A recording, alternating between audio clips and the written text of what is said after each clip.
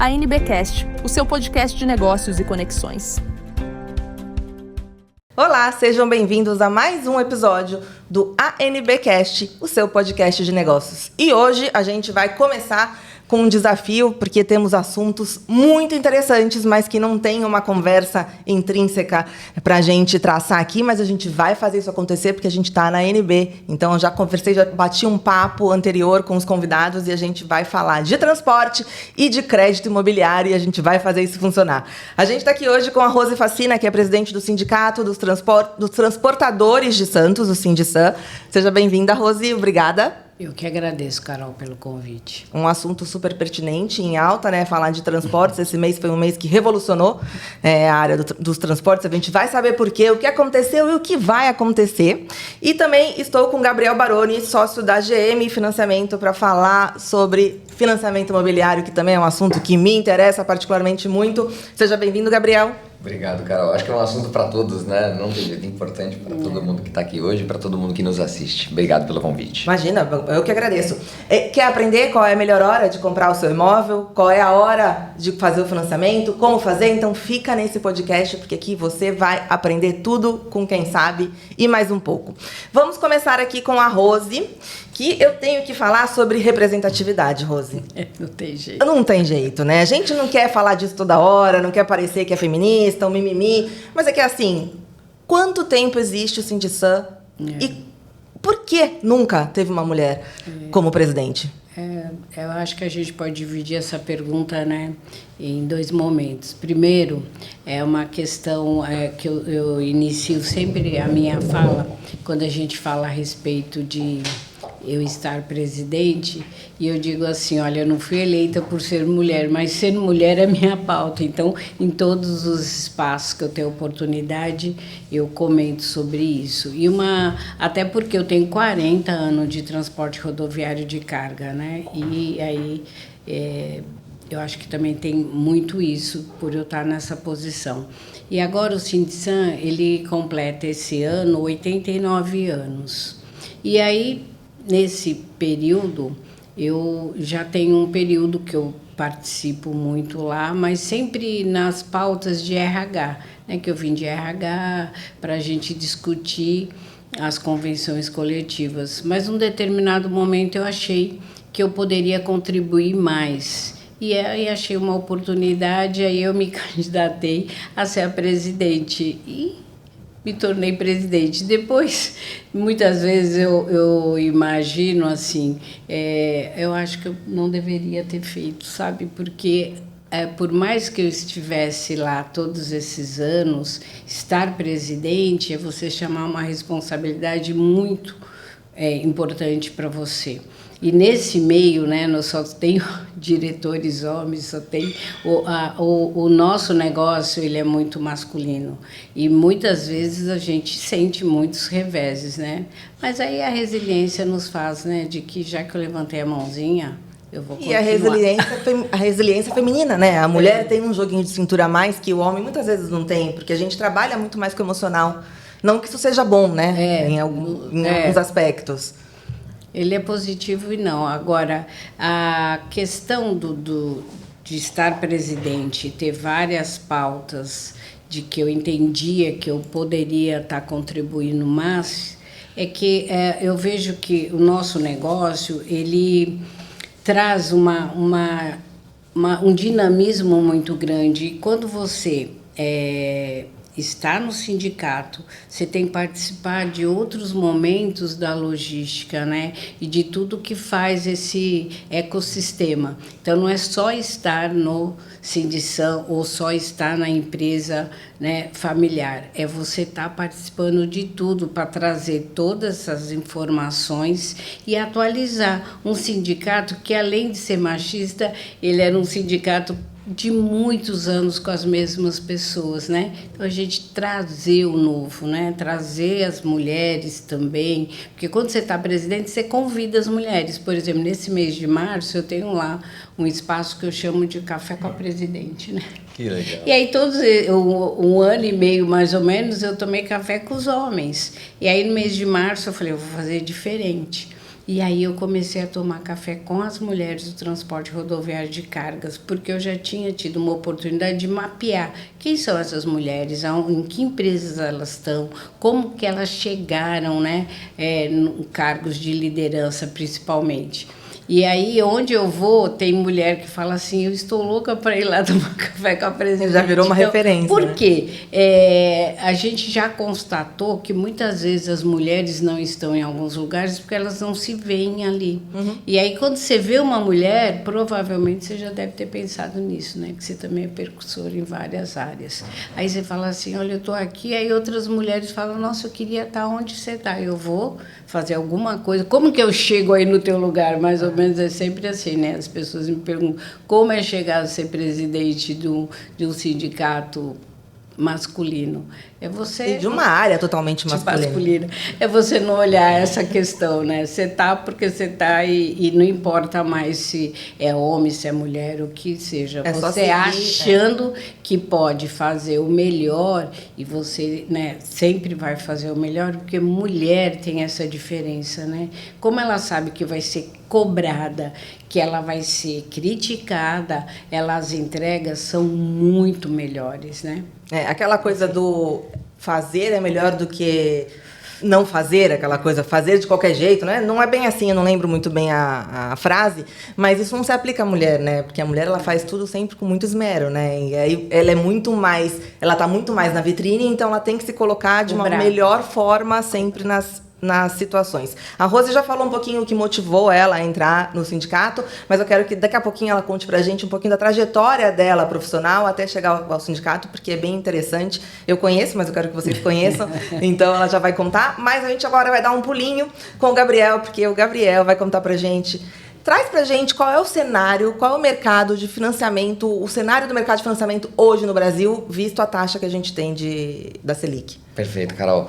A gente vive um momento, né, na nossa visão, desafiador, né, do mercado, mas que surpreendeu muito de uma forma positiva, mesmo no mercado com uma taxa Selic, né, recentemente 15, agora com o primeiro corte da taxa nesse ciclo foi para 14,75, mas a gente tem uma intenção de compra ainda muito grande no nosso país, mesmo com condições às vezes mais desafiadoras, né, com parcelas maiores.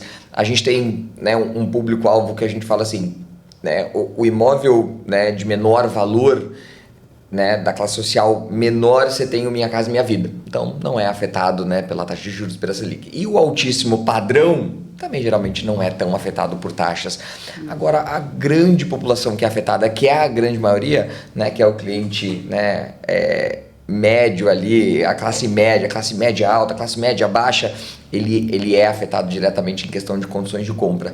Mas o mercado, né, principalmente depois desse período da pandemia, que a gente teve um boom no mercado imobiliário, a gente tem hoje uma intenção de compra muito grande, uma valorização dos imóveis, né, continuando, que não para de subir, mas eu costumo dizer que eu tenho alguns cuidados e falo sempre que o melhor momento de comprar imóvel é agora. Na verdade, o melhor momento era ontem. Ontem, mas já passou. Já passou. O segundo melhor momento é agora, porque hoje você tem diversas oportunidades. Então, eu posso fazer um financiamento hoje, numa taxa de juros um pouco mais alta do que a gente já teve no passado, e no momento que essa taxa reduzir, eu posso fazer uma portabilidade, né, que é mudar o meu financiamento, meu saldo devedor para um outro banco, ou até mesmo uma revisão de taxa dentro do próprio banco que eu estou, né, e ter uma condição ali em diante de um contrato com uma taxa de juros mais baixa.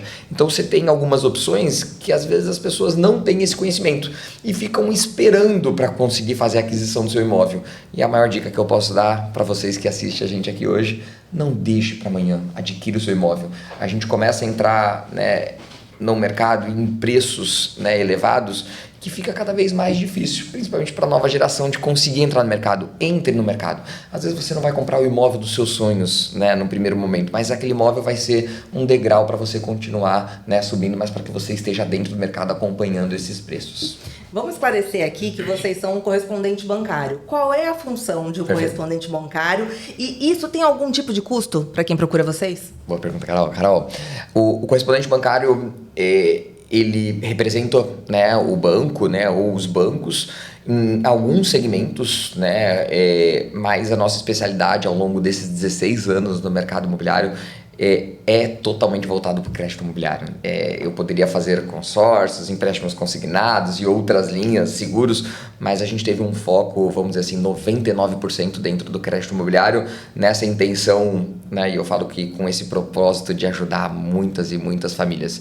Mas o mais bacana é que o meu trabalho é especialista dentro do crédito, auxiliar o cliente com todo esse processo para que ele consiga fazer a aquisição, a viabilizar a operação da maneira mais rápida, e o mais bacana disso tudo é que não existe custo algum para o cliente. Quem remunera e disponibiliza o meu trabalho, né, e a nossa empresa é o próprio banco.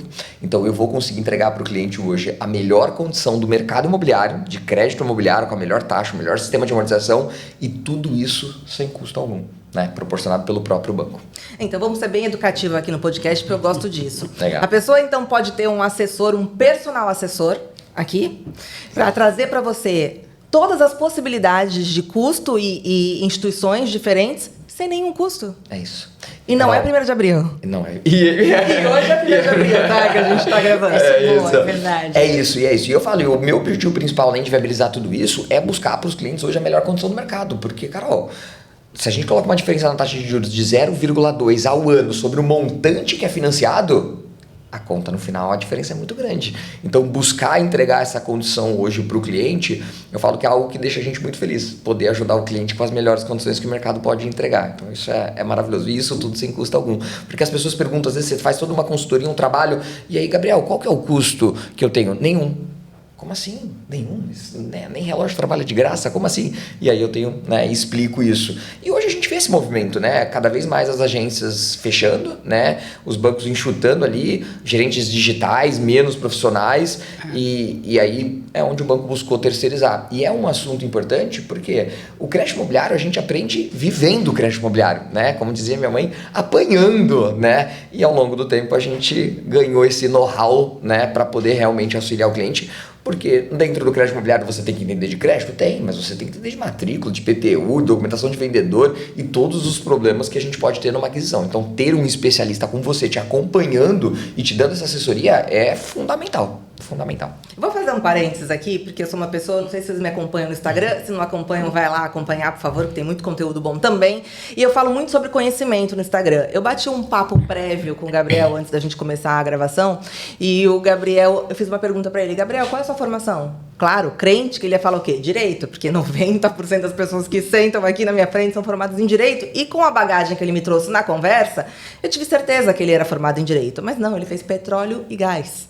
Né? É mais ou menos como eu, que a gente vai de uma ponta a outra, mas por quê? Há 16 anos ele estuda sobre o assunto, há 16 anos ele vive o assunto, então ele tem a bagagem suficiente para trazer para você, para mim, a oportunidade que normalmente a gente não tem apenas na porta do banco. Então, fechando o parênteses, ganhou uma cliente aqui hoje, Gabriel, e eu tô louca para falar mais sobre isso, porque realmente é algo que traz acesso, né? Informação traz acesso à população. Então, é o que a gente precisa fazer aqui e é o que a NBcast faz. Vamos falar agora de novo de transporte, Rose. Eu queria que você contasse pra gente um pouquinho a sua trajetória dentro desse setor, que é tão importante aqui na região, visto que a gente tem o maior porto da América Latina instalado na nossa cidade. Você sabe que eu conto isso e aí eu revivo um pouco isso. Eu nunca imaginei trabalhando em transporte, né? A minha formação mesmo foi a primeira, né? Foi em psicologia. E eu queria continuar na academia, né? Na universidade, fazer pesquisa. Sempre gostei muito de ser pesquisadora.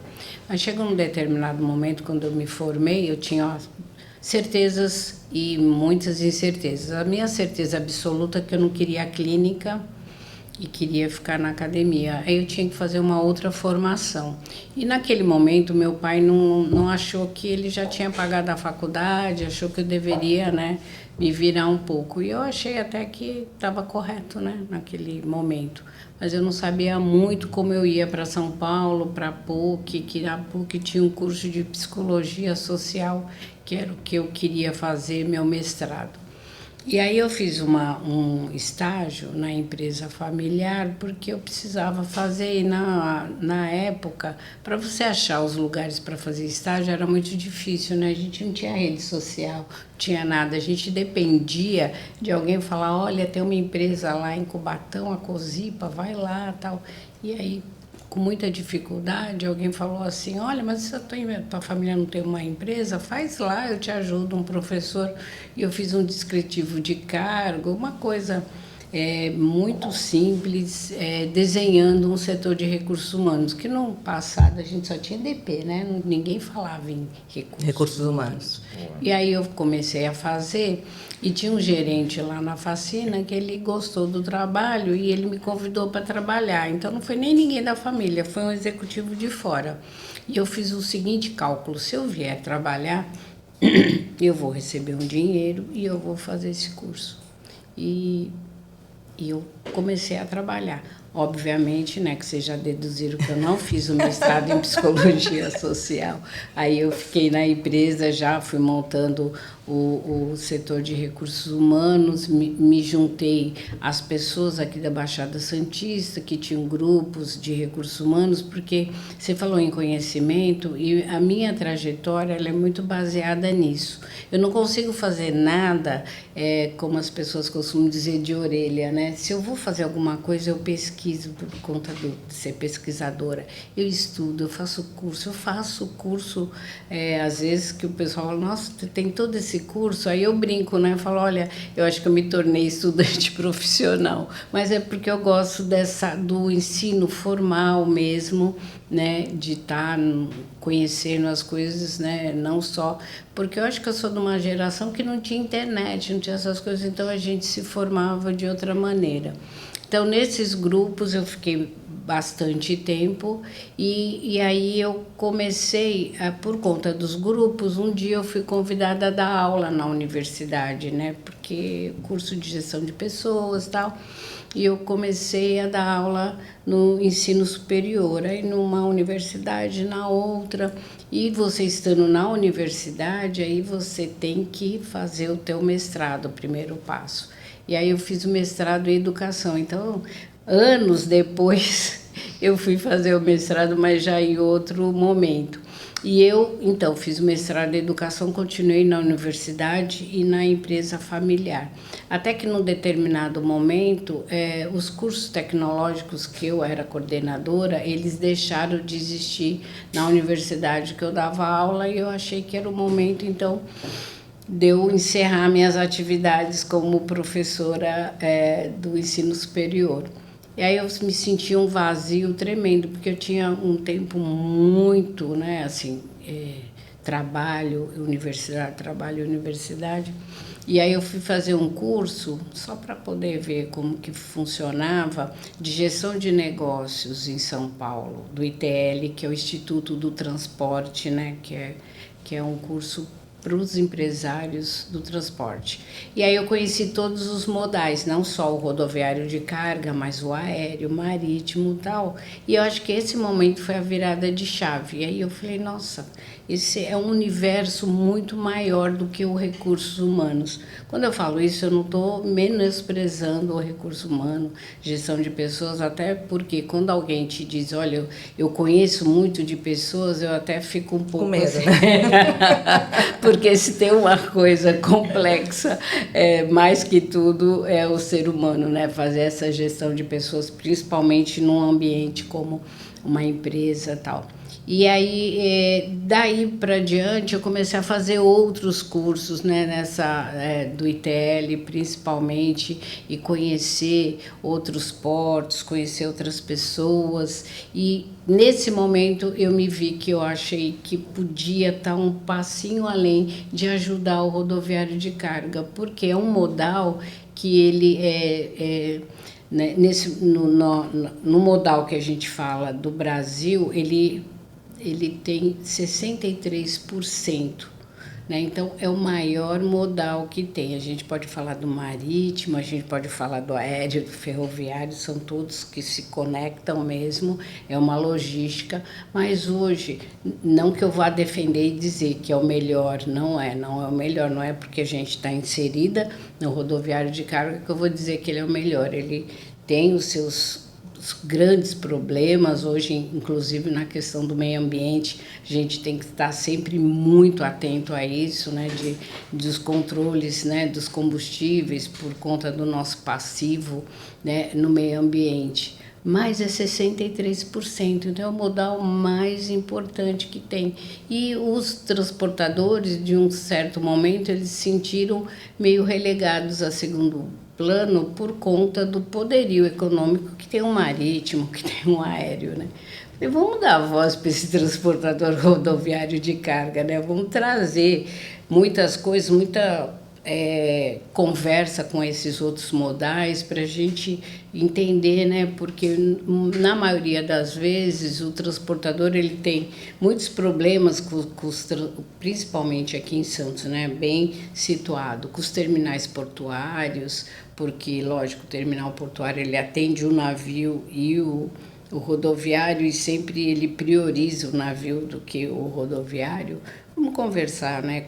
E o Sindisan, desculpa te cortar, o Sindisan atende outros modais ou só... Não, só rodoviário. Só rodoviário. E a gente também trabalha muito com a logística de ter terminais que também atendem essa logística. Terminais que podem ser terminais de containers, terminais que são de comércio exterior, que são os terminais de Redex.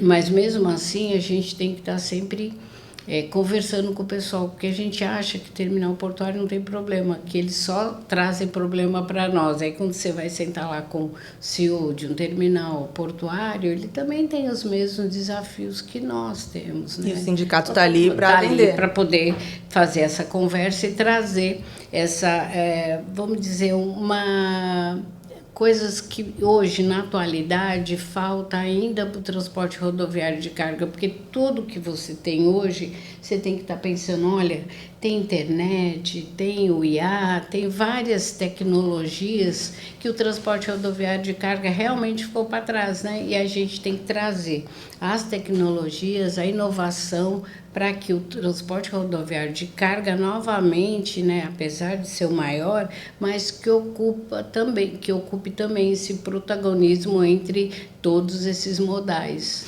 Hoje, qual é o maior desafio da região para o transporte, para os transportadores de carga? Olha, são vários, mas eu diria que para o maior de todos, né, isso parece que a gente vive todos os dias se repetindo, mas são os acessos, né?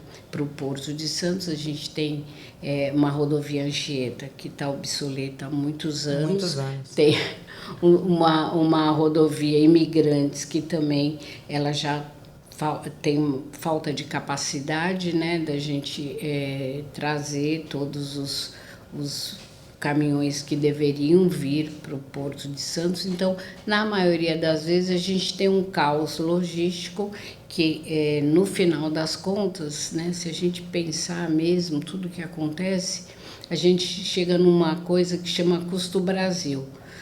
O trânsito demora, a carga não chega, você tem que pagar todas as vezes que se atrasa, você tem taxas para pagar mais, e aí o terminal cobra mais para o navio levar, e aí no final a gente fica com um custo maior. A gente tem o maior porto da América Latina, como você disse no princípio, mas ele não é o mais eficiente, porque ele precisa também dessa modernidade, de tecnologia, de investimento, de melhoria para vir mais navios maiores, para a gente poder levar mais carga e trazer mais carga. E aí sim, a gente, quando a gente fala de uma massa, né, de muita coisa acontecendo ao mesmo tempo, o custo fica menor, né? Então, essa lei que a gente tem que trabalhar. E quanto mais escassez, mais caro fica, né?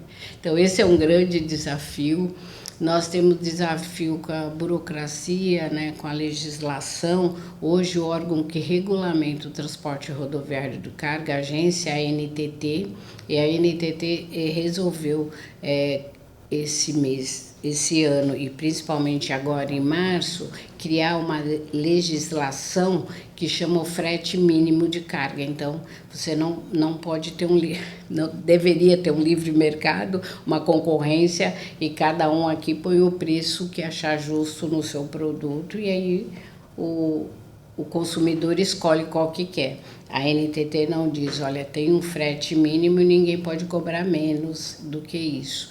Isso está impactando bastante, porque ninguém estava muito preparado, a lei já existia, né? E como todo bom brasileiro, todo mundo achando, não vai pegar essa lei. Vamos deixar para depois, a hora que ela começa a valer, ninguém está preparado. E para funcionar mesmo, eles estão impondo, se você for reincidente, uma multa de R$100 mil cada caminhão que infringir este valor do piso mínimo de frete. É bem impossível trabalhar assim no Brasil. Todo mundo, né? assim, bem aflito. E aí tem uma parte de sindicatos que estão apoiando e outra parte estão indo lá para Brasília dizendo isso não é viável. Então, até dentre os outros sindicatos, né, principalmente o dos caminhoneiros, né, porque a gente está falando aqui, eu estou falando do patronal, ou seja, dos empresários, mas tem o sindicato dos caminhoneiros. Então, tem uma parte que resolveu, na semana passada, dizer que ia fazer uma greve. Foi por isso que teve a greve. E aí, o governo federal falou, podem vir aqui que a gente vai manter esses valores. Mas tem outros sindicatos, por exemplo, cada sindicato tem uma característica, por exemplo, tem os graneleiros, tem o pessoal que trabalha especificamente só com mais a papelaria, né, que é mais a parte celulose. da celulose, e aí eles não estão contentes com esse valor, porque eles acham que estão muito acima. E tem gente que já fez alguns contratos que estava prevendo, assim, hipoteticamente, que um vira aqui embaixo ia custar R$900, está custando R$3 mil. Explica o que é o vira, Rose. O vira é que quando só roda aqui dentro do porto. Então você pega de um terminal aqui dentro leva do pro porto e leva do terminal, né, numa zona até molhada, né, que é o porto mesmo, e leva pro outro dentro da faixa portuária. E aí, da retroárea para a faixa portuária, que são distâncias curtas mesmo, né? Sim. E 900 é o mínimo. E deveria, como é que você vai tirar a concorrência? Tem valores, Como é que você vai tirar a concorrência, né? Então, assim, eu vou cobrar um valor mínimo, tanto faz o que eu vou fazer, né? O meu trabalho. Por que eu vou te escolher e não Por que eu vou buscar melhorar? Por que eu vou entregar valor no meu trabalho se o mínimo é R$3 mil? Não, isso não faz sentido. Mas a nossa agência, e ele atende um grupo, e por quê?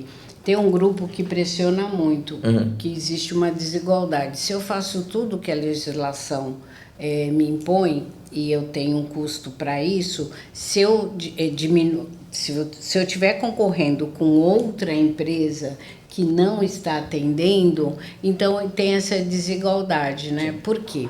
Tem uma lógica bem simples para vocês entenderem, né, como que funciona o transporte rodoviário de carga. Vamos dizer, um armador, ele tem que, necessariamente, se ele não tiver um navio, ele tem que contratar um navio. Um transportador rodoviário de carga, basta que ele tenha um CNPJ, ele não precisa ter o caminhão. Então, tem muitos transportadores rodoviários de carga que ele tem só o CNPJ, ele subcontrata tudo. E aí uma empresa formada totalmente, com todos os cuidados que tem, com o sistema de gestão integrado da qualidade, com todas as licenças, pagando todos os tributos, é um valor. Uma empresa que a pessoa não tem um caminhão, ele tem uma sala e um telefone, ele pode cobrar. Até porque o custo valor. dele é infinitamente menor do que a empresa. A desigualdade se dá, né? Mais ou menos isso. Então, e o governo não quer regular isso, né? Dizer, olha, para você ser considerado um transportador rodoviário de carga, você tem que ter X números de veículos, de caminhões e tal. Não, ele quer deixar que as pessoas, né, fiquem vivos quem puder, né? Mais ou menos salve assim, quem né? puder, porque não é fácil trabalhar no Brasil hoje, Rose, como é difícil. Mas você falou sobre escassez, demanda, conhecimento, tudo que a gente estava falando com o Gabriel aqui e que faz parte do mercado, porque tudo impacta no mercado de financiamento, né? Porque se o custo aumenta aqui, de alguma forma vai chegar ali e aí mantém a nossa Selic alta e aí dificulta o financiamento e a gente entra numa roda que não tem um fim. Então, eu quero saber hoje qual é o maior erro de quem financia um imóvel, se existe um erro, e todo mundo está apto a financiar um imóvel? O que precisa ter no mínimo para você conseguir fazer um crédito imobiliário? Legal. Carol, acho que é uma pergunta importante, né? A gente tem que, tem alguns pré-requisitos ali numa aprovação de crédito, como qualquer outra linha de crédito que você vai tomar com o banco. Eu costumo dizer que o financiamento imobiliário não é um empréstimo, difícil, porque o próprio banco tem o imóvel ali como garantia, na alienação fiduciária daquele empréstimo. E geralmente utiliza-se dentro do SFH, os recursos da poupança para emprestar dentro dessa linha de crédito. Então, claro, para você fazer aquisição, e isso você vai ter diferença entre instituições, muitas vezes vai ter instituição que exige que o comprador tenha uma renda ali formal, vamos falar assim, declarada no imposto de renda, olerite, funcionário público. Você tem instituições que se atentam mais ao rating, pode ser chamado de score, por exemplo, que é o histórico do banco, dentro do mercado, mas a gente vai encontrar algumas diferenças. O ideal, claro, que se você tiver uma renda formal, seria muito bom, com um rating, um histórico bom, isso geralmente é suficiente, mas a gente vive num país informal, eu falo que a gente passa por grandes mudanças, mas a gente ainda vive num país informal, então a gente tem algumas dificuldades, mas muitas vezes você consegue aprovar um crédito sem comprovação de renda por conta de rating, muitas vezes. Então esse perfil e essa análise, você fala do Open Finance hoje, então isso tudo muito interligado tem facilitado essa concessão de crédito. Então, hoje, para uma aprovação de crédito, às vezes a gente precisa única e exclusivamente do número do CPF. Ponto. Nossa. Vai lá, né? Mas vocês sabem qual a instituição que dá mais abertura para esse tipo de aprovação? Perfeito. E também o momento, tá? Porque tem momentos em que uma instituição quer conceder mais crédito, um apetite maior, e tem momentos em que ela retrai um pouco mais. Então, isso também vai depender da época ali que a gente está vivendo, Agora, o principal erro, eu acho que o principal erro é não ter o cuidado, ou não ter assessoria ali para, dentro do enquadramento de cada cliente, identificar o seu perfil para que ele consiga tomar, e fazer aquela aquisição com a melhor linha de crédito. E quando a gente fala de linha de crédito, eu não estou me referindo só à taxa de juros, porque tem gente que pensa só na taxa de juros. Você tem modalidades diferentes, você tem sistema de amortização, que você tem sistema saque, que é aquela parcela decrescente, sistema price com parcelas fixas, que podem entregar uma condição interessante. E como a gente falou antes, a educação financeira melhorou muito, mas está muito longe. Ainda está muito longe. Então eu ainda percebo que existe uma deficiência muito grande e de muitos profissionais dentro do mercado. Quantas vezes eu não vi, um gerente de banco, às vezes, dando ali uma opinião e uma visão por às vezes um pouco de falta de conhecimento naquele produto especificamente, Mas eu também não tenho o que falar. Às vezes você pega um gerente de banco que tem que trabalhar com 40 produtos ao mesmo tempo e atender uma carteira de 700 clientes. Então, ele não consegue nichar especificamente em algo. Não é algo tão simples. Então, essa assessoria e essa especialização dentro do crédito imobiliário, eu acho que é algo fundamental, Carol. Agora, uma dúvida. Você acha que é melhor? A pessoa tem lá um dinheirinho guardado, é melhor ela dar uma entrada maior e diminuir a parcela do financiamento? Ou ela dá o mínimo de entrada e aplicar o restante numa poupança? Ou não, poupança não, que ele me mata. Mas, enfim, aplicar em alguma outra... Perfeito. Foi um déjà vu da idade. Um ato falho. Eu quis dizer outros investimentos. Eu quis dizer outros, agora coloca aqui. Mas outros investimentos, não poupança, tá? Perfeito. Corrigindo. É isso. Depende muito, Carol. Depende do perfil do cliente. Tem clientes... Aquilo que eu falo assim, Gabriel, Então, eu tô novo, Existe essa cultura do medo de tomar dinheiro com o banco, do crédito, de um prazo de financiamento que vai até 35 anos. Então, existem alguns medos e algumas preocupações. Eu, Gabriel, prefiro muitas vezes dar uma entrada mínima, financiar um valor maior. E eu tenho uma disciplina de guardar o meu dinheiro. Não na poupança, mas guardar o meu dinheiro, né? E assim, esse comparativo que eu falo, assim, aplicar numa renda fixa, num CDB, de forma segura, respeito o fundo garantidor, né? Porque a gente teve casos do que banco. medo, né? Viver no Brasil é viver com palpitação. Ainda mais quando a gente fala de investimento. Até a renda fixa ali existia um risco, mas se você respeita o fundo garantidor, né? De um limite até 250 mil, você ainda assim tem uma segurança muito grande. Então, eu prefiro ter hoje o capital aplicado, né, porque eu tenho rendimentos maiores muitas vezes do que o crédito imobiliário. A gente falou, né, o Brasil é um dos únicos países que você tem uma taxa de juros no crédito imobiliário menor que a taxa básica, né, de juros, coisa que é difícil você encontrar isso no mundo. A partir do momento que você tem isso e sabe trabalhar e tem a disciplina, por que eu falo disciplina? Porque eu falo, pô, dá o mínimo de entrada, financia o restante, ou quando você tiver recursos para fazer a quitação, amortização, pode ser que não faça sentido, né? E você trabalhe com dinheiro aplicado. E a nossa primeira iniciativa é vou quitar. Total. A grande maioria. Mas eu falo de disciplina porque eu sei que tem pessoas que às vezes vai guardar o dinheiro e vai acabar gastando esse dinheiro. Então, eu costumo dizer assim para os clientes, esse dinheiro é o dinheiro do seu imóvel, não é seu, né? Eu até brinco, pessoal, não fala para a família que você tem esse dinheiro.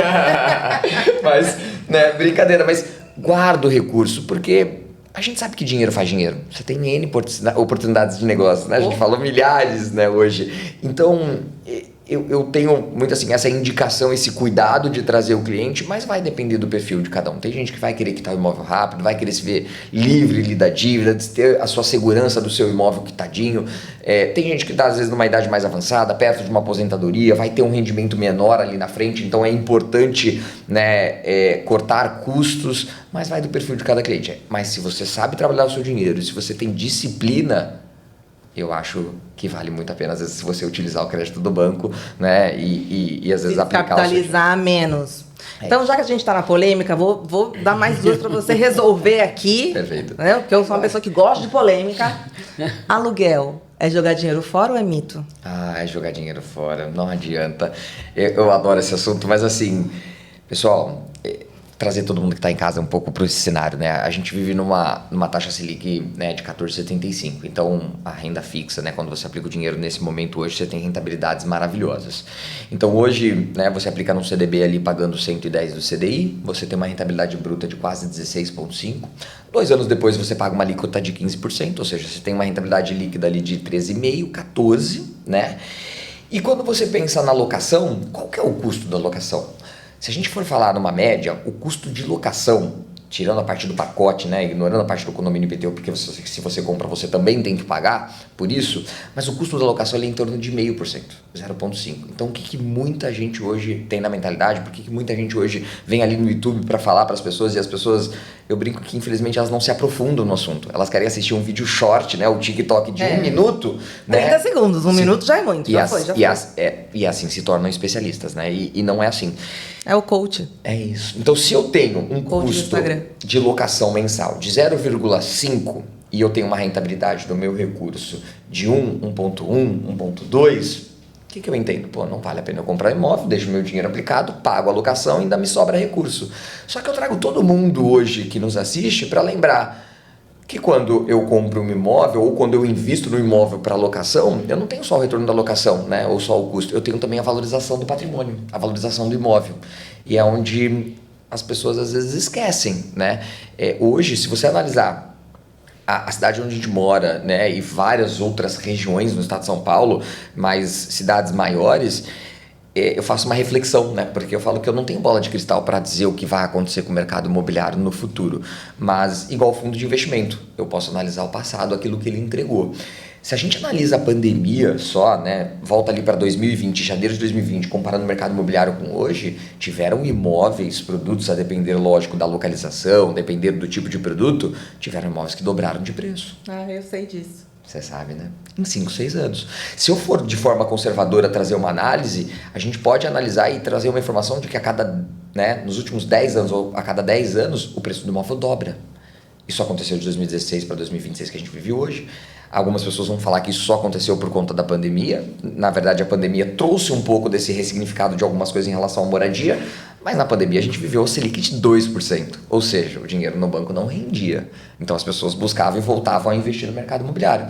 Só que se eu comparo o mercado de 2016 com 2006, então vamos voltar um pouquinho, vocês lembram do boom do mercado imobiliário que a gente começou depois da crise dos Estados Unidos? Veio depois de 2008, 9, 10, 11, 12, 13, muito forte. Esse período de 2006 a 2016, muitos imóveis não dobraram de preço, triplicaram de preço.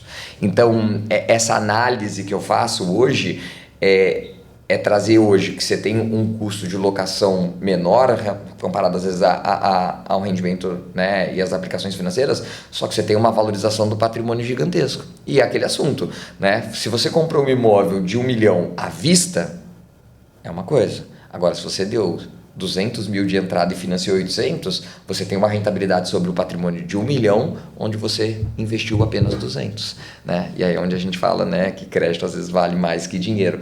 Então, essa análise hoje é uma análise muito, muito importante, né? Eu tenho alguns amigos que eu converso muito e as pessoas hoje na geração mais nova, elas têm uma ansiedade que elas querem dobrar o patrimônio em 2 anos, em 3 anos. É a mesma velocidade da internet, elas querem aplicar na vida real, então fica difícil acontecer. Fica difícil. E aí eu trago sempre todo mundo, a gente tem que ter né, paciência, planejamento, mas se a gente analisa o Brasil ou o mundo, quantas pessoas, quantas famílias fizeram patrimônios milionários, bilionários no mercado imobiliário. A gente sabe disso, né? Os grandes milionários ou bilionários do mundo são através do mercado imobiliário. É isso. É aquela piada, né?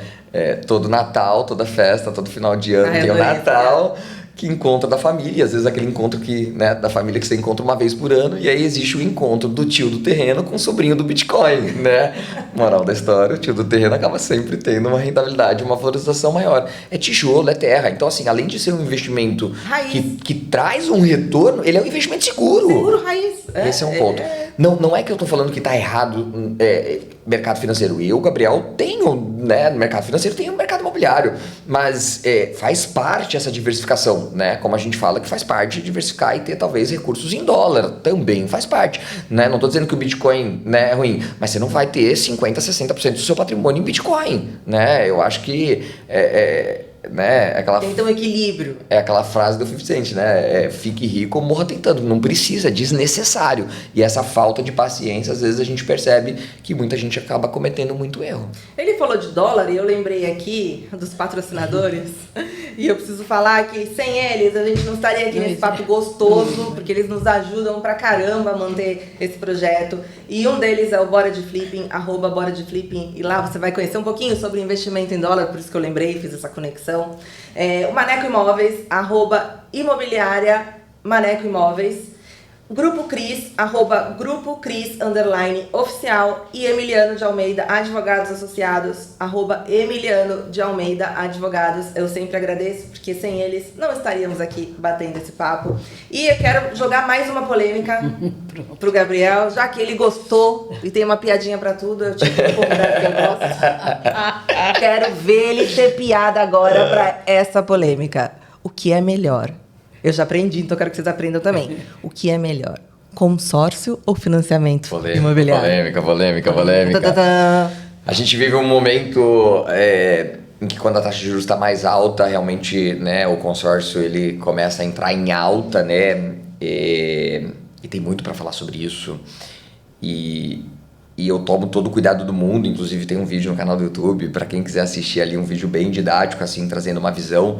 Eu vou colocar o link desse vídeo na descrição aqui para vocês acessarem, porque educação financeira é tudo. E vamos aproveitar que é de graça, o Gabriel não tá cobrando, então vou deixar o link aqui e vai lá assistir o vídeo. Show. Pessoal, existe público para os dois produtos, tá? Não vou dizer que um é melhor do que o outro, né? Claro que o financiamento ele tem ali, né, é uma coisa mais imediatista, né? Você não depende às vezes de uma contemplação, de um lance. E busquem informação quando vocês forem fazer uma contratação, né? Acho que esse é o ponto principal.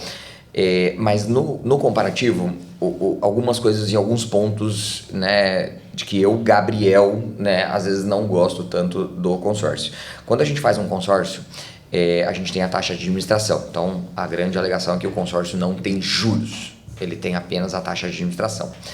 Então, eu vou dar um exemplo para vocês. Se vocês pretendem comprar um imóvel de 500 mil, né? E às vezes tem 250 mil para dar de entrada, 50%, e quer financiar os outros 250, algumas pessoas vão falar, pô, por que você não faz um consórcio, dá um lance de 250 e pega o outro crédito de 250? Ponto 1, você vai pagar uma taxa de administração. Vamos falar que a taxa de administração seja de 20%. Você paga os 20% não sobre o valor do crédito, mas sobre o valor da carta, ou seja, sobre 500. 20% sobre 500, a gente está falando de 100 mil para um crédito de 250. Então, esses 20% sobre o valor da carta, se você fizer a conta em cima do valor do crédito, ele se torna o dobro, 40%. Então, você automaticamente pega um crédito de 250 e sai com um saldo devedor de 350, que é o crédito que você pegou, mais os 100 mil da taxa de administração. E se em algum momento, logo em seguida, você quiser fazer a quitação, né, ou amortização desse saldo, você vai pagar a taxa de administração, né? Então, se você quiser quitar no primeiro ano, no segundo, no terceiro, você vai ter um saldo devedor maior do que o valor do crédito que você pegou. Então, esse é um ponto que ele tira a flexibilidade, né? E é aquilo que a gente fala, né? Nossos pais, nossos avós, né, ficavam 30, 40 anos no mesmo imóvel, né? Eu digo por mim, hoje dá 5, 6 anos, 7 anos, eu quero me mudar, eu quero já um imóvel diferente, eu quero... Imagina se ele começa a conviver comigo, 3 meses ele mudou de casa. De novo. E a gente quer se mudar, a gente, né, a geração tá... Pessoal, parece brincadeira, mas eu tenho cliente, parece piada, né? Eu tenho um cliente que, né, nesses 16 anos, já financiou e já mudou 9 vezes. Ele não me conhece. Aí tava a piada da polêmica, ele não me conhece. Isso. Pessoal, e 9 anos, não é que ele financiou 9 vezes porque ele investiu. Não, ela se mudou as 9 vezes, né? Eu até perguntei se ela, né, brigou com os vizinhos, qual que era o motivo, né, para tentar entender. Então, a gente tem muito isso. E a gente tem uma evolução hoje muito grande. Então, não ter essa flexibilização de poder fazer a quitação, passar para o próximo. Então, isso, né, às vezes pode não fazer sentido. E o principal, quando eu uso a carta do consórcio, por quê? Enquanto eu estou pagando o consórcio, ela vai aumentando, porque vai sendo corrigido sempre pelo INCC, normalmente, ou IPCA, ou ele usa os 2 índices, na grande maioria depende da instituição. Mas é o Índice Nacional de Construção Civil. Se a gente pegar a média dos últimos 20 anos, que é o prazo normal do consórcio, a gente tem uma média de 7,5. Enquanto eu estou pagando a carta, vai aumentando as minhas parcelas mensalmente, mas também vai aumentando o valor da carta, porque eu tenho que aumentar o poder de compra para acompanhar o mercado. Depois que eu contemplo e uso a carta, a partir do momento continua corrigindo para corrigir a carta e o valor dos outros, né, das outras pessoas do grupo.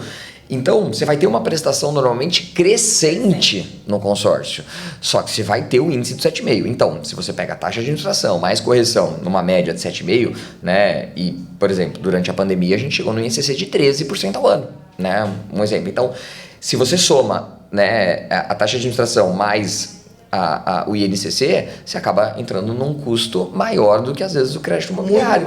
Muito maior, principalmente você que está a curto prazo. O ponto em que eu acho vantajoso, se você faz o consórcio e fica os 20 anos pagando. Porque então, o consórcio não é ruim, ele é bom para quem não quer quitar, não tem previsão de quitar. É isso. Para quem não tem, né, para quem realmente vai pagar os 20 anos, porque se dilui e aí você tem um certo risco de ter esse INCC um pouco mais alto, que é um índice que tem um risco um pouco maior, né? E também, às vezes, para o cliente que precisa de uma parcela mais baixa. Então, pô, se naquele momento eu preciso de uma prestação mais baixa e o consórcio vai me entregar essa parcela e eu quero comprar o imóvel... Vou aceitar o risco. É isso. Você vai comprar, não deixe de comprar por esse motivo, mas compre o seu imóvel, né, para entrar no mercado, né, para ter aquela parcela. Mas saiba que ela vai sendo corrigida e ela vai aumentando. A minha preocupação sempre não é só o custo mensal, mas o custo efetivo total da operação no final dessa operação. Essa é a conta que a gente chega. E um outro ponto é quando a gente fala sobre alavancagem patrimonial. Na alavancagem patrimonial pode ser interessante, porque eu compro o imóvel, eu uso a carta de consórcio, ela começa uma parcela mais baixa, ela vai aumentar? Vai ser ter a correção? Vai, mas geralmente o preço do aluguel também. Então, conforme vai aumentando o valor da minha parcela do consórcio, ele vai aumentando a alocação. Então, eu consigo fazer ali com que ele vá se pagando ao longo do tempo. Então, e mais uma vez, planejando ficar os 20 anos pagando, sem o risco de ter que vender e pagar a taxa de administração antecipada, que é o que tira totalmente a vantagem. Então, eu gosto dessa parte, mas... O financiamento você pode financiar hoje com a taxa um pouco mais alta, a hora que reduzir a taxa você faz a portabilidade, a revisão, então você também tem alternativas, mas o que eu gosto é assim, fiz o financiamento, amanhã eu quero fazer a quitação porque eu vou mudar, ou quero fazer a amortização, ou, perdi meu emprego, não consigo mais pagar, vendo o imóvel, quito para valor presente, recebo às vezes a diferença pelo preço que eu vendi, do saldo do devedor, né, e parto pro próximo, né, enfim, eu consigo ter essa liberdade. Então, eu acho que essa é a minha preocupação principal, geralmente. É bom deixar claro que isso é uma colocação técnica, tá? Porque ele faz a venda dos dois, de consórcio e de financiamento. Então, é isento de qualquer tendência de, não, eu acho que consórcio é ruim porque eu vendo financiamento, eu não quero... Não, é uma questão técnica mesmo para você entender e para que você possa, com conhecimento, fazer o seu juízo de valores e ver o que é melhor para você. Bom, a gente está se encaminhando para o final, infelizmente, porque eu gosto dos dois temas, os temas são incríveis, mas a gente vai tentar fechar aqui falando sobre o futuro do transporte, Rose. O que você enxerga para o futuro nesse setor que sofre com tantas questões todo dia? Então, o futuro não está muito animador e eu vou contar para vocês por quê. Nós temos uma dificuldade, um apagão de mão de obra, né? Então, ninguém mais quer ser motorista de caminhão. Ninguém mais quer. Porque ficou uma profissão desvalorizada, o trabalho realmente é bastante complicado. Antes, poderia-se dizer que quanto mais trabalhasse, mais ele poderia oferir melhores rendimentos, e agora não existe muito mais essa possibilidade, que a lei do motorista impede que ele possa fazer muitas horas, né? Então, ele fica limitado numa quantidade de horas. Então, a coisa ficou bastante desanimadora. E a gente não vê, mesmo o motorista, ele, né, já... em vias de aposentadoria, tendo ficado todo o período como motorista, que ele queira que o filho dele seja motorista. Ele quer que o filho seja qualquer outra coisa menos motorista, né? E aí nós ficamos... Quem que vai dirigir, né? É quem que vai dirigir os caminhões, porque por mais que tenhamos tecnologia, né, vai demorar muito tempo da gente não ter motorista. E aí, o que a gente tem, principalmente na Federação do Transporte, discutida, é uma pauta que eu tenho levantado até por conta de ser mulher, tem muitas mulheres que não têm carteira assinada, que não têm uma estabilidade, que têm uma família, porque nós sabemos, Santos é uma cidade mais feminina que tem no Brasil, né? 53% das pessoas que vivem aqui em Santos são mulheres. Não sabia disso. Se você olhar no site da prefeitura, inclusive tem a cidade mais feminina, as pessoas vão, por que tão feminina? Porque somos mais. Então, uma dica, se alguém quiser casar, Santos não é o melhor lugar. Sobe a serra, porque aí a concorrência está maior. Está maior. E muitas delas são chefe de família que simplesmente o marido, o companheiro, coisa que o valha, já foi embora faz tempo e ela ficou com os filhos, né? Essa é uma realidade muito, não só de Santos, como do Brasil. Então, a gente pensou de pegar essas mulheres junto com o SESC Senat e aí trazer, né, fazer mudar a categoria da carta para que ela possa dirigir caminhão.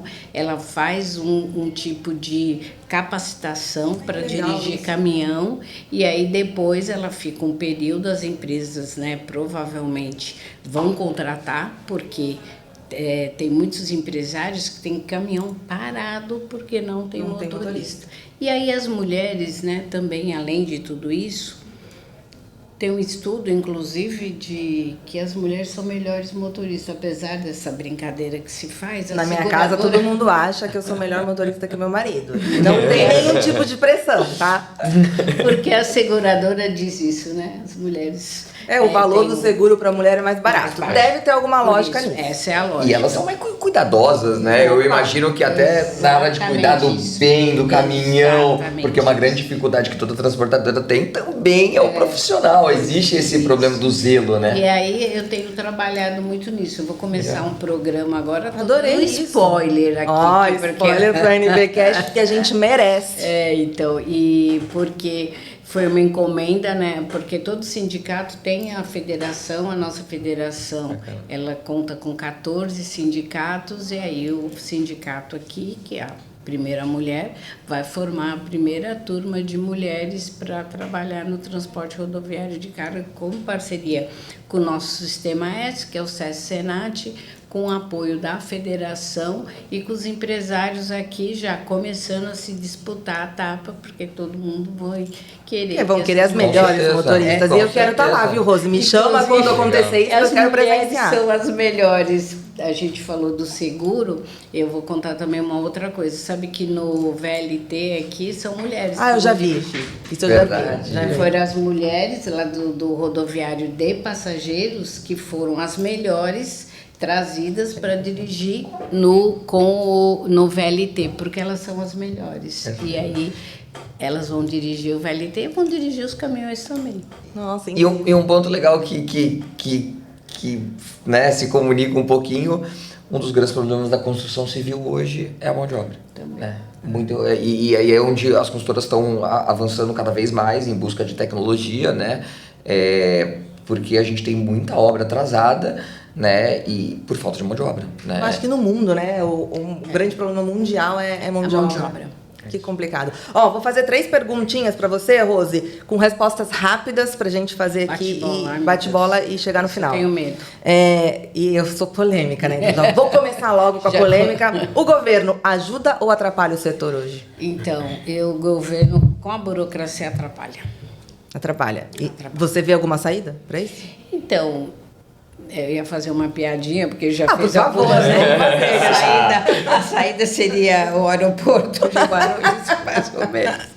A saída é que nós deveríamos, né, ter um sistema onde as pessoas envolvidas, elas deveriam ser ouvidas, né? Então, as decisões são sempre tomadas em Brasília por quem não conhece do negócio. Que não conhece o negócio. E isso dá muito desencontro de informação. E de interesses também, né? Também. É o que a gente precisa.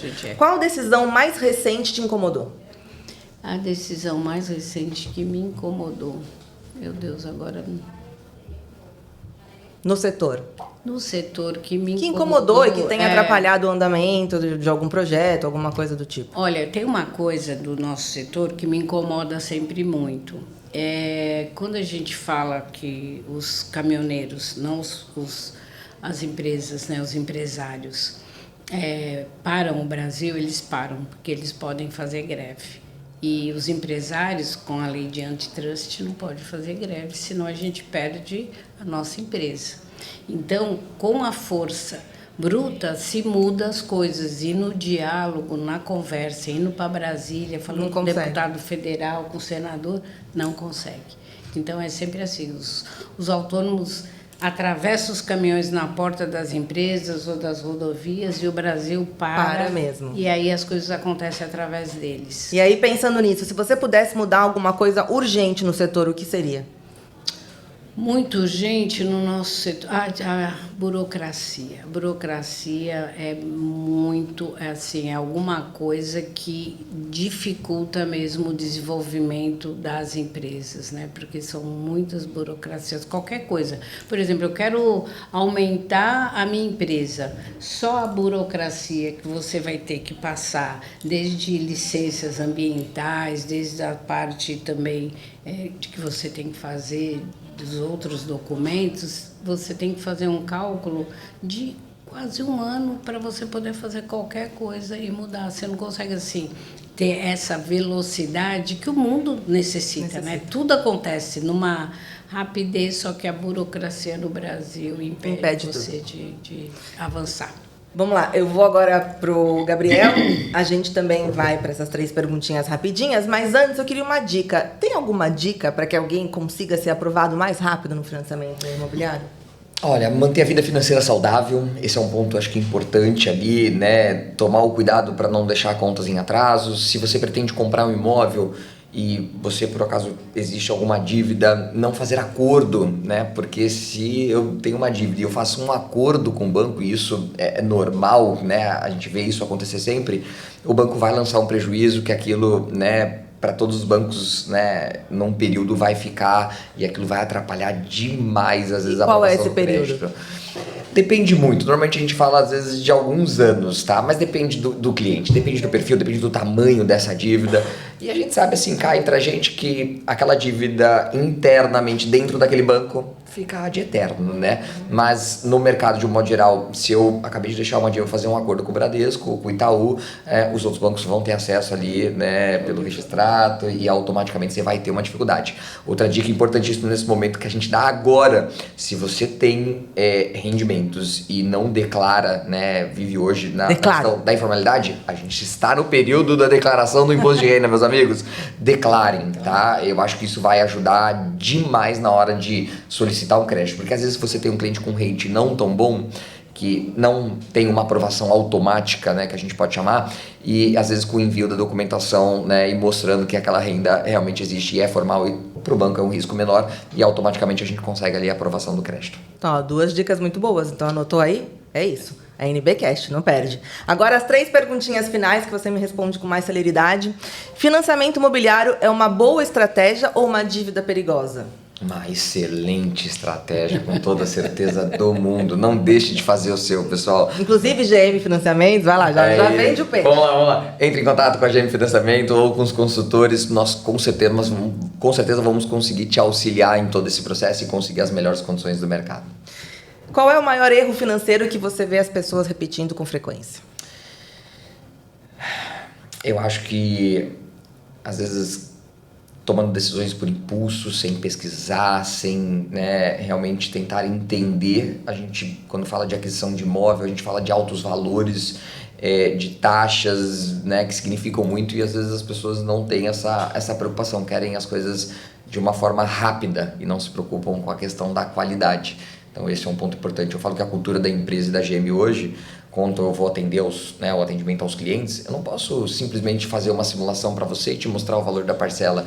Não dá para ser só isso. A gente tem muito mais valor para entregar, né, de trazer o cliente para entender sobre o financiamento hoje e de como ele pode fazer da melhor forma, talvez a quitação, a amortização ao longo do prazo, se aquilo for interessante para ele. A GM pega na mão, né? Então vamos lá. Se você tivesse que dar um conselho para quem quer comprar um imóvel hoje, qual seria?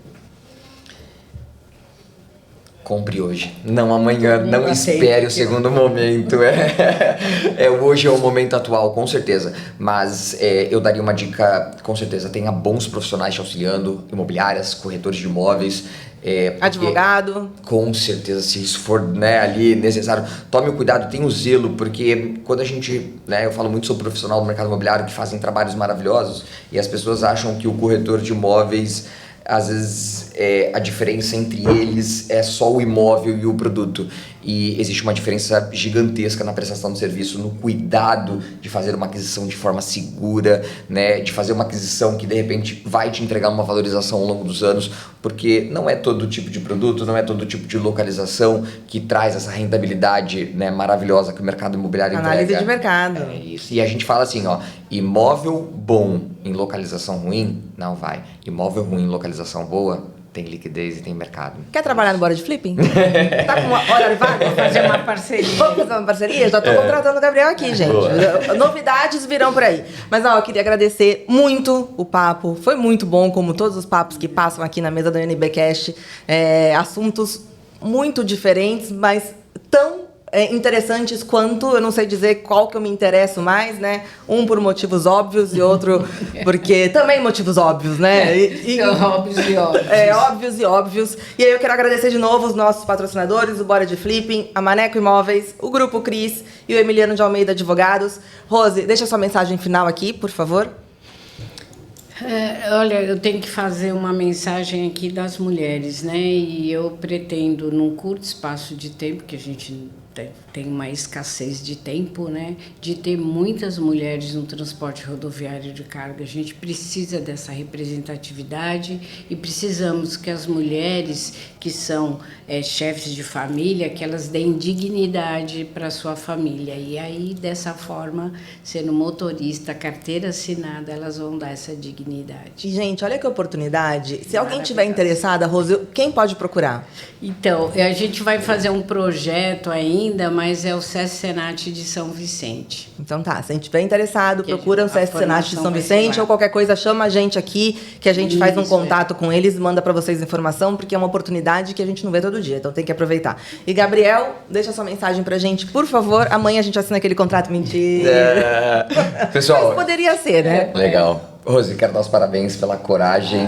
Eu sou a pessoa assim, né? Eu trabalho muito e se você perguntar se eu já fui em alguma reunião do meu condomínio, eu nunca fui, nunca vou, nunca irei. E ser presidente de um sindicato não é pra desse qualquer um. segmento, parabéns de verdade. Obrigada. Mas para todos que assistem a gente, eu acho que coragem é tudo. Façam. A gente consegue fazer a diferença, se dediquem, façam como tem que ser feito. Eu acho que, né, a energia e o mundo conspira e a gente recebe isso tudo de volta, né?